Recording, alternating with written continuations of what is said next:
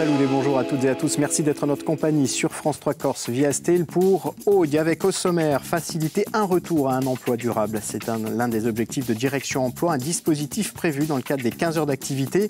À qui s'adresse-t-il? Comment permet-il un retour rapide et durable à l'emploi? On vous dit tout.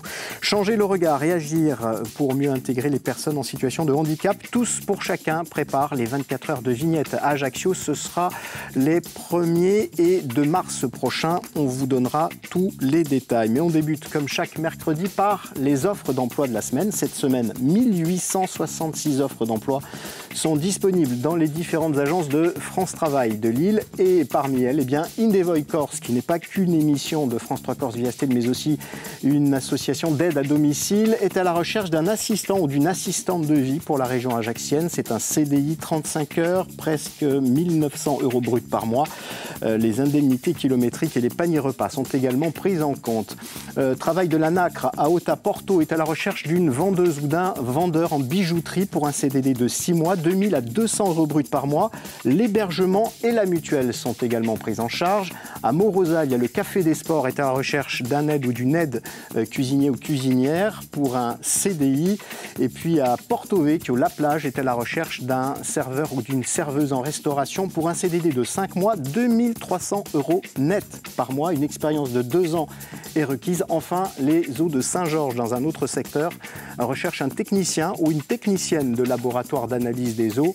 C'est pour Grosseto-Prugne, au sud d'Ajaccio, près du col Saint-Georges. Et les débutants sont acceptés. Vous pouvez retrouver ces offres en flashant ce QR code qui s'affiche, mais aussi dans les différentes agences de France Travail. Direction Emploi, c'est un nouveau dispositif de la loi Plein Emploi qui est destiné à faciliter un retour vers un emploi durable. Comment? Explications et témoignages avec mes 2 premiers invités.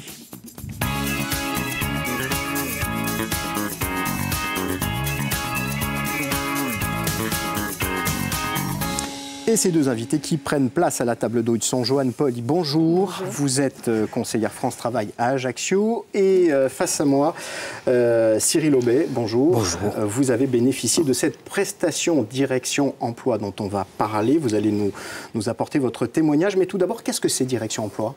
Alors, Direction Emploi, c'est une prestation qui va durer maximum 6 mois.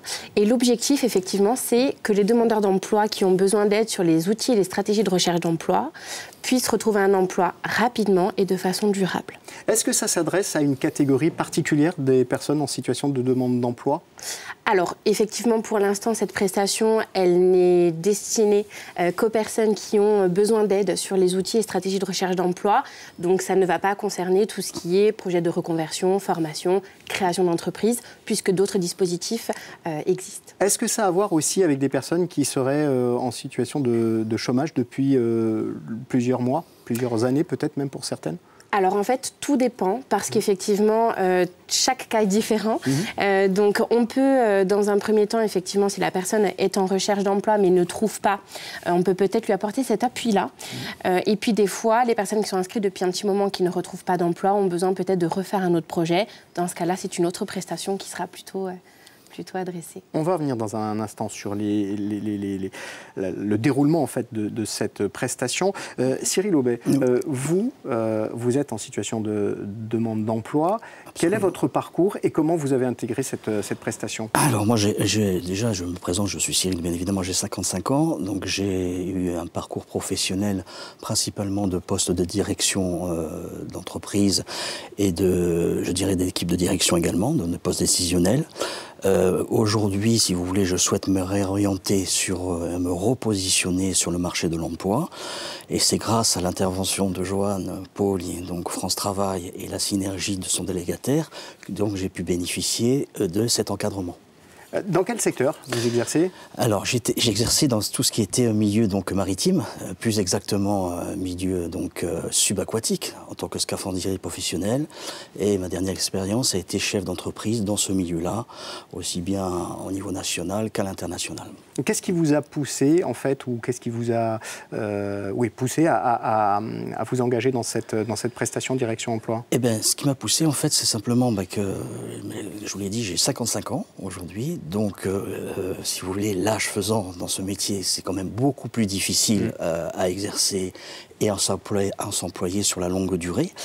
Mais il est aussi question de sérénité, de paix avec moi-même. À un moment donné, je voudrais me repositionner sur un métier de salarié dans un poste décisionnel et directionnel. Alors comment s'est déroulée justement cette prestation? Ça consiste en quoi? Dans mon cas, ça s'est très très bien déroulé. Parce que je dois avouer que j'ai eu une très très bonne expérience. Alors en quoi ça consiste? C'est très simple. Vous avez effectivement, on a été mis en situation, si vous voulez, de recrutement, en jeu de rôle, sur la découverte de chacun et sur les qualités, les compétences, les complémentarités de chacun, puisque chacun est différent. Et donc, mais dans mon cas, si vous voulez, ça m'a permis d'apprendre et de performer la confiance en soi, revenir un petit peu sur des questions personnelles aussi d'ordre professionnel et professionnel, et surtout de se repositionner à travers un tissu économique local qui est le nôtre, que l'on connaît si bien. Sur quoi on insiste, Joanne, justement, dans cette prestation direction emploi? C'est pour se repositionner, peut-être? Alors oui, ça peut être effectivement pour se repositionner, et certaines fois, on a aussi des cas où des gens qui arrivent en fait du continent, qui ne connaissent pas du tout le marché du travail, donc on a aussi ces profils-là qui sont là pour justement apprendre un petit peu le marché. Ça fait vraiment un petit peu tout. La prestation de direction emploi est vraiment, elle est un peu couteau suisse puisqu'elle fait le CV, elle va faire le marché du travail, elle va faire, comme l'a dit justement Cyril, elle va faire tout ce qui est aussi entretien d'embauche. Voilà, ils vont vraiment travailler sur tout pour que en fait le bénéficiaire soit acteur de son parcours en fait. C'est vraiment ça l'idée, et que du coup il développe des postures actives. Voilà. Qu'est-ce que ça vous a apporté? En quoi ça vous a été utile pour l'instant, Cyril? Alors moi, ce qui m'a été utile, c'est déjà d'apprendre à appréhender, si vous voulez, le tissu économique local, qui évolue sans cesse, qui n'a de cesse d'évoluer, et qui est de plus en plus bénéfique quand même en Corse. Et je vous le redis encore une fois, je me répète, c'est surtout la confiance en soi, la maîtrise en soi. C'est le maître mot, parce que si vous avez confiance en vous, vous réussissez en entretien d'embauche, etc., etc., et vous performez sur la durée du cursus de recrutement. Donc ça m'a permis, si vous voulez, d'aller plus loin, au-delà de ce que je possédais déjà en termes de qualité et de compétences. Mais je vous dis encore une fois, ça a développé un panel de qualités plus importante chez moi qu'auparavant.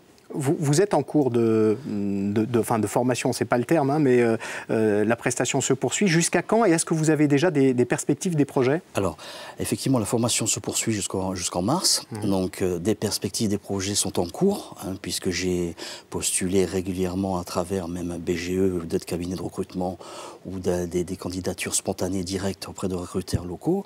Ils sont en attente, ces projets, mais je reste très très confiant, il n'y a pas de raison, ça devrait bien se passer.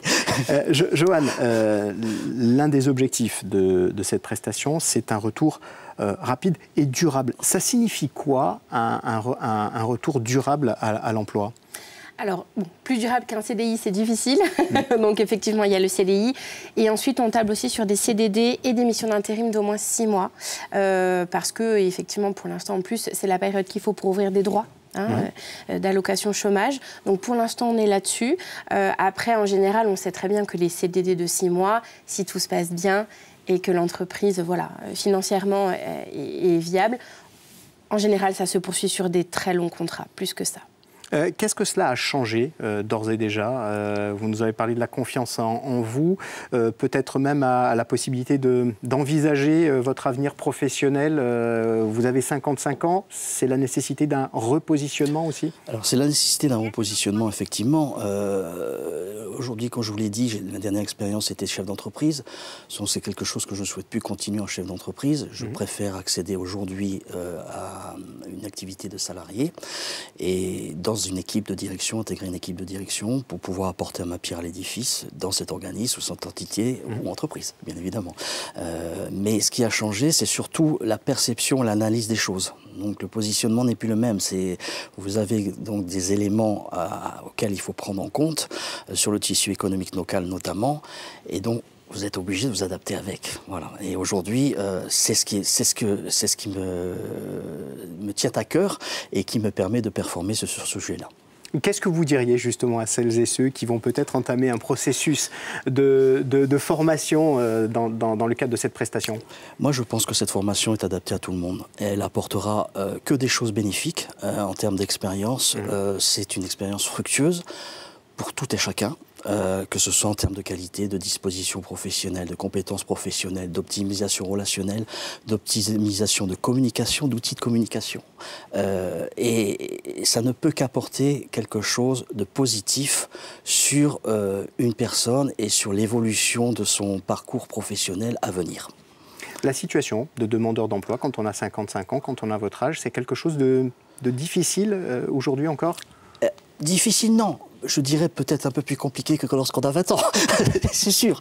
Mais la situation d'un demandeur d'emploi de 55 ans, elle est favorisée par le fait d'apporter des connaissances, des compétences professionnelles, etc., un vécu, donc une forme de carrière, pas achevée, mais bon, déjà une bonne carrière, et ça permet d'apporter quelque chose de très positif à un employeur, quel qu'il soit. Johan, comment ça se passe? C'est vous qui les choisissez, ces personnes, demandeurs d'emploi, ou les demandeurs d'emploi ont aussi la possibilité de postuler en fait, à cette prestation? Alors en fait, pour l'instant, très égoïstement, ce ne sont que les demandeurs d'emploi que je suis, puisque je m'occupe de cet accompagnement sur la recherche d'emploi. Après, effectivement, je regarde tous les dossiers, un à un, et après, en fait, je leur présente cette prestation de façon collective pour effectivement voir si ça correspond à leur attente. Si ça ne correspond pas, je les réoriente vers un autre dispositif. Et puis, j'ai aussi des collègues qui reçoivent des demandeurs d'emploi qui me disent « Monsieur exprime un besoin ». Donc, à ce moment-là, du coup, je l'oriente vers la prestation et je reprends son dossier en accompagnement. C'est un dispositif qui est assez jeune, hein, depuis le mois de septembre dernier. Quel premier retour vous en faites ? Alors, les premiers retours que j'ai sont un petit peu comme Cyril, c'est-à-dire que c'est vrai, je vais être honnête, hein, les demandeurs d'emploi, enfin certains, pas tous, parce qu'il y en a qui étaient ravis de l'affaire, mais n'étaient pas très emballés par l'affaire, et en fait, ils sont ravis. Parce qu'ils m'ont dit, mais finalement, c'est vrai, Madame Polly, en fait, je ne me suis pas rendu compte, mais il me manquait ce petit quelque chose. Donc, je n'ai pas encore eu de retour négatif, donc je suis assez contente. Merci beaucoup, Johan Paul, d'être venu nous présenter ce dispositif. Merci Cyril Aubé pour votre témoignage et on vous souhaite bonne chance pour la suite de votre carrière. Mieux vivre avec son handicap, réduire les limites, lever les tabous, c'est ce que fait l'association Tous pour chacun au quotidien depuis plusieurs années maintenant. Les 1er et 2 mars prochains, elle organise la 4e édition des 24 heures de vignettes, un week-end sportif et festif au profit de l'association. On vous dit tout.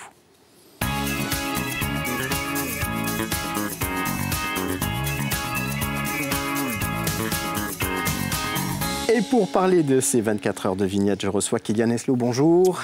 Responsable projet à Tous pour chacun. Une question d'actualité. Hier, on fêtait les 20 ans de la loi handicap. Qu'est-ce qu'il reste encore à faire ?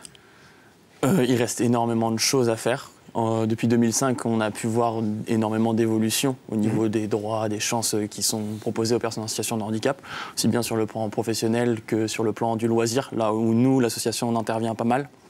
De fait de ma jeune expérience, je ne pourrais pas énormément témoigner de ce fait, mais des personnes et des retours que nous avons à l'association, il va y avoir beaucoup d'accompagnement qui va être attendu, surtout sur le plan professionnel, où il y a des dispositifs qui sont mis en place, où les personnes sont accompagnées, mais il peut y avoir un manque de finalité par rapport à ça. Et nous, on essaie de répondre à cette finalité, du coup, comme j'ai pu vous le dire, dans le cadre du loisir, et c'est ce qu'on va essayer de faire par l'événement que je viens vous présenter. Avant de parler des 24 heures de vignettes, on le rappelle, Tous pour chacun existe depuis plusieurs années maintenant. Quelles sont vos missions, quelles sont vos actions au quotidien ? Okay. Ça permettra aussi du coup de présenter aussi l'événement et pourquoi on le fait. Donc Tous pour chacun, c'est aussi une jeune association. Ça fait 6 ans qu'on existe, on est né depuis 2018. Donc on a 3 missions principales qui sont la sensibilisation, l'inclusion et la prévention. Donc pour ce faire, on a un panel d'activités très très large. On a 10 champs, 10 pôles d'intervention bien différentes. Donc on est très bien aussi bien sur le sport, sur le culturel, sur l'artistique, sur les séjours, les voyages, et aussi du coup sur l'événementiel par l'événement des 24 heures de vignettes. Alors les 24 heures de vignettes, 1er et 2 mars prochain, c'est un événement sportif, c'est pour mêler les personnes en situation de handicap et les personnes valides, celles que l'on dit valides. Globalement, ouais, comme la totalité de nos actions, c'est pour mêler tout le monde. Donc sur toutes les actions qu'on propose, c'est des actions pour tous, donc 12 messages d'inclusion, où en fait on se retrouve entre personnes, où du coup nous on ne parle pas de handicap en fait au sein de l'association, et c'est ce qu'on va faire aussi durant ce week-end du 1er et 2 mars. On parlera juste de différence, et c'est ça qui est beau dans les missions, les actions qu'on réalise. Et par cet événement, parce qu'un peu paradoxalement, le point commun en fait de toutes les personnes qui seront présentes sur ce week-end, ce seront leurs différences. Donc ça va être l'objectif de ce week-end, se retrouver avec toutes On nos rappelle différences. le principe des 24 heures de vignette, c'est quoi? C'est courir, marcher, faire du sport en quelque sorte, hein, pendant 24 heures, et ça peut être 1 heure, 2 heures, 6 heures, 12 heures, 24 heures. Exactement, c'est vrai que le nom peut faire peur quand on l'entend, 24 heures de vignette, donc c'est pas un événement de sport de 24 heures. Donc comme vous avez pu le dire, l'événement est adapté à tous, donc si vous souhaitez marcher, courir, le parcours va le permettre, donc il y a un parcours pour les personnes qui vont courir, qui vont pouvoir le faire en solo ou en relais, et ça sur 1 heure, 3 heures, 6 heures, 12 heures, jusqu'à 24 heures bien sûr. Et il y aura aussi un parcours qui sera adapté aussi pour la marche, grâce à notre partenaire qui va nous aider sur une marche solitaire, Récré2A, qui se passera aussi au niveau du complexe de Vignette et du Ricante. L'idée, c'est quoi? C'est de changer le regard, mais de façon très concrète, en fait? Exactement. On a pu, nous, se rendre compte, et on se rend compte de par les différents événements que nous organisons et qui sont organisés aussi autour de nous, que le sport permet de réunir, notamment, on l'a bien vu au niveau des Jeux Olympiques, Paralympiques qu'il y a pu avoir l'année dernière, ou tout ce qui va être Coupe du Monde. Et du coup, par cet événement sportif qui permet de regrouper pas mal de personnes, car l'année dernière, sur la 3e édition, on a eu plus de 700 participants. Donc à peu près 2000 personnes aussi tout au long du week-end qui sont venues. Donc ça permet aussi, par ce regroupement, de diffuser nous nos messages et au lieu de parler de handicap, parler de différence et voir aussi toutes les capacités, les compétences que chacun peut avoir et pas seulement ce handicap concernant les personnes en situation de handicap. Merci beaucoup Kylian Eslou d'être venu nous rappeler ces 24 heures de vignette. Ce sera donc les 1er et 2 mars prochains. Un dernier mot pour vous dire que ce soir à 20h45, Contraste sera consacré à la violence en Corse, à quelques jours du débat sur ce thème à l'Assemblée de Corse. Dans un instant, les prévisions météo, puis l'actualité. On se retrouve demain midi. Bonne journée, bon appétit.